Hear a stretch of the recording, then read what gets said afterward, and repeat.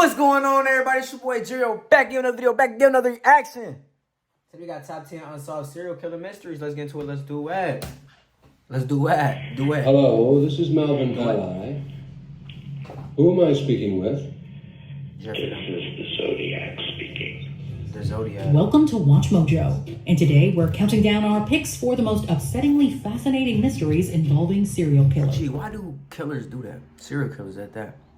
They be calling and doing all that extra stuff. Like, they always gotta make it dramatic, bro. Like, y'all not in the movie right now. That's why I be feeling like they be thinking, like, they be living in a movie or something, bro. This is real life. To me, this is the greatest true crime story that hasn't been told. I've never heard of Zodiac. The West Mesa Bone Collector. Back in February 2009, a woman was walking in the West Mesa area of Albuquerque, New Mexico, when she stumbled across a human bone. A subsequent investigation unearthed the remains of 11 women, all of whom had been killed between 2001 and 2005. Other missing person cases may be tied to it. We do have 7 girls that are still missing, and those investigations continue to be worked. While there have been other possible motives put forward, most believe this to be the work of a serial killer. This theorized killer is known as the West Mesa Bone Collector, and they have never been identified. Like, just imagine, like, how many spots have I walked on or been around or been at, and there's been, like, crazy, mysterious things that happen, or there's bodies laying around or bones laying around, like, or I just always think, like, even with my neighbors, like, if you check and you just look around one day and you see your neighborhood or whatever, you be like, damn, like, what person is what? Which one is the murderer? Which one is the what's in that? Which one is this? Which one is that? You know what I'm saying? Anybody around me could be anything, and you just never know.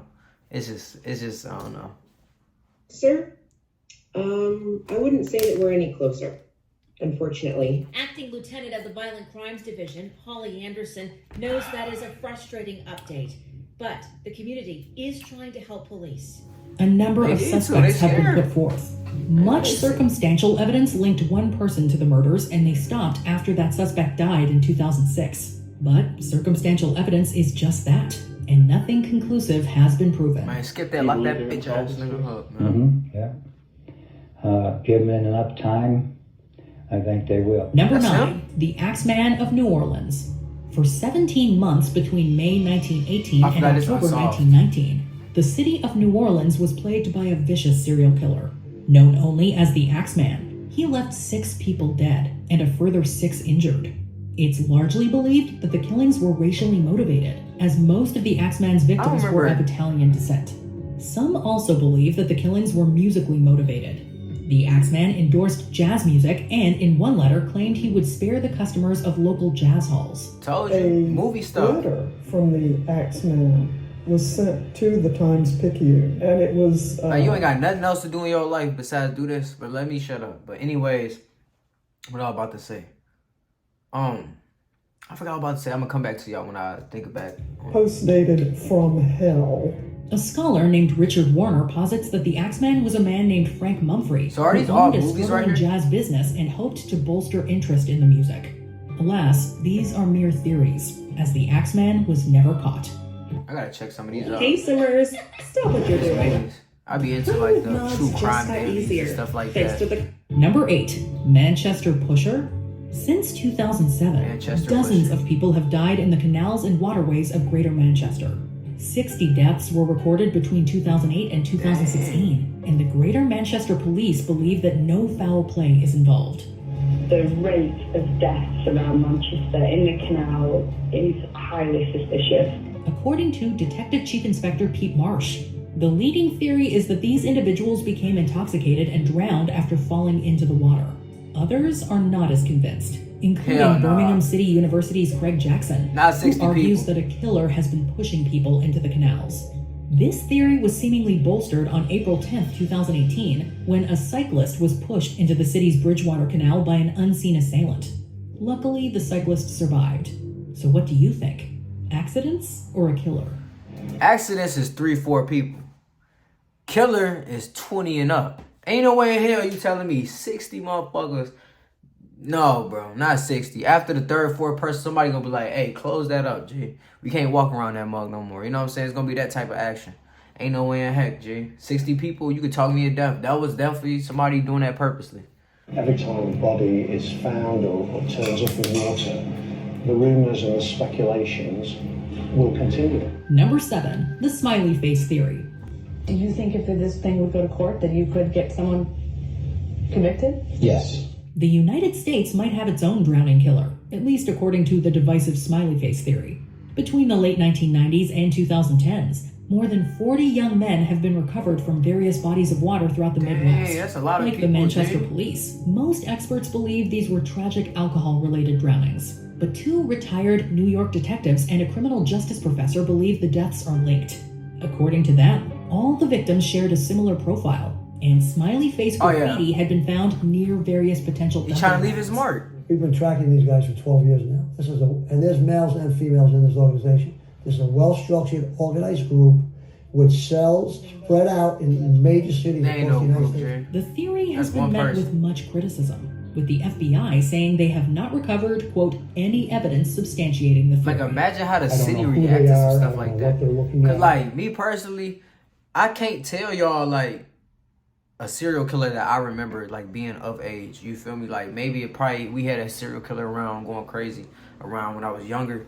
But for me to be, like, 11, 12, 13, like, I can't recall, like, you know what I'm saying? Oh, there's a serial killer on the loose. You feel me? I just can't.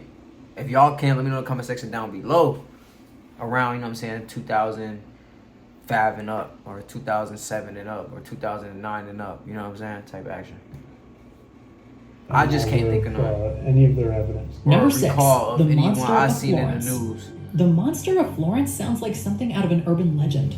The monster attacked during new moons and would kill intimate couples in wooded areas around Florence, Italy. The killings ended in 1985, with the killer sending a body part to the state prosecutor. What? 3 men have come under questioning for the killings. One was convicted in 1994, but the finding was controversial, and he was acquitted 2 years later. 2 others were later convicted of the crimes, indicating that the monster in actuality was not only one man, but a group of conspirators. Number 5, the Alphabet Killer. When it comes to MOs, the Alphabet Killer had one of the most unusual. 3 people were killed around Rochester, New York between 1971 and 1973. Their first names started with the same letter as their surnames, and their bodies were dumped in a town that started with that same letter. Carmen Colon was found in Churchville, Wanda Wolkowitz in Webster, and Michelle Maenza in Macedon. Investigators combed through 800 potential suspects, but were unsuccessful in finding the culprit, and they remain unknown to this day. 4 key suspects have been put forth, but no one was... I gotta mention that, like, nowadays the world made it to where, like, killing is just so normal to people. Like, murder and death is just so normal. Like, people just be so okay to just, you know what I'm saying, pull out phones and record it. People just be so cool to talk about it like it's just nothing. And it's not, bro. That's crazy. If you would kill somebody, bro, something is wrong with you. Like, you should never have no thought in your head to just want to walk up to somebody and harm them like that. You feel me? Not even when you into it with somebody. You know what I'm saying? You might get in a physical altercation, but as far as, like, brutally murdering somebody, bro, you shouldn't know, bro. That's not normal, bro. Ever charged? It's not, and I'm tired of people just trying to push that agenda. Murder is not cool to just be speaking on. This crime in this way for these reasons. Number 4, Bible John. One of the most notorious criminals in Scottish history. Bible John killed 3 women in Glasgow between February 1968 and October 1969. There was nothing different about them. They're just women. Fair unfortunate. Oh, you like girls with bobcats? Were led to the slaughter for this guy. He met all of his victims at the Barrowland Ballroom, an entertainment venue in the heart of the city.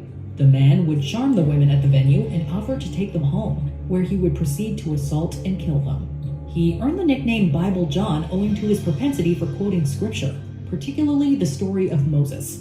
Bible John was a new sort of thing. Even in a sometimes violent city, he represented a new sort of random, motiveless, invisible murder, and he introduced new fears. A massive manhunt was launched to catch the killer, with thousands of witness statements taken and potential suspects interviewed. Like that, but after his last victim in 1969, the killer... Let me stop talking for these niggas don't get me, because these niggas are unsolved. The Cleveland torso murderer. This unknown killer has various monikers, each one related to their grisly MO. One name is the Cleveland I ain't meaning no harm about anything I'm saying, y'all. Known to dispose of victims in public areas in the city. Another name is the Mad Butcher of Kingsbury Run, as victims were found in the impoverished neighborhood of the same name.